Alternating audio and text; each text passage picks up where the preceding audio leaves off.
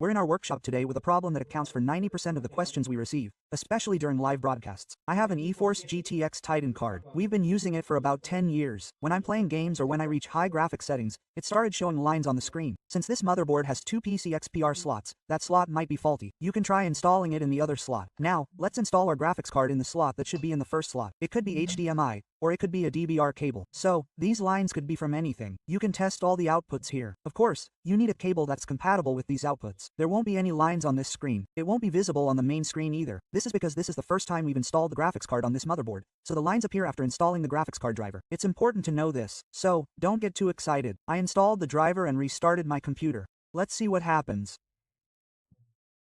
As you can see, there are red lines and a black screen. This means there's a chip failure in the graphics card, folks. Now, let's disassemble and remove our graphics card. First, let's take a look around and see if there's any faults.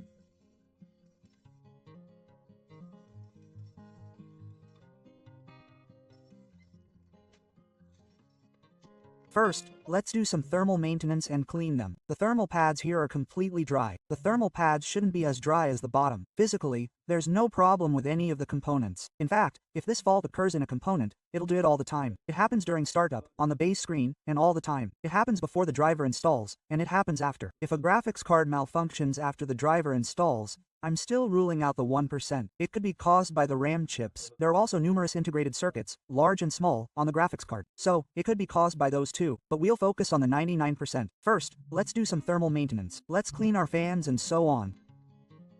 I'll apply 400S to these metal parts for about 5 minutes. We fired up our gun, and it reached 400S. I'll just do a little work for 5 minutes. Maybe it'll work. It's something like this, folks. Even if it works, it can fail again after a week, 2 weeks, or even 5 months. This is entirely related to the chip's structure. We absolutely do not apply heat to that shiny part of the chip, and I've said this many times, folks. I'll say it again now. It's a practice I don't recommend. It's a temporary practice. I'd call it a dressing. In other words, there's no guarantee. You could completely silence your chip. You might not even see that striped screen. After doing this, let's turn it off. Let's wait for it to cool. We don't move it at this stage. At least we've tried our luck, even if it's 1%.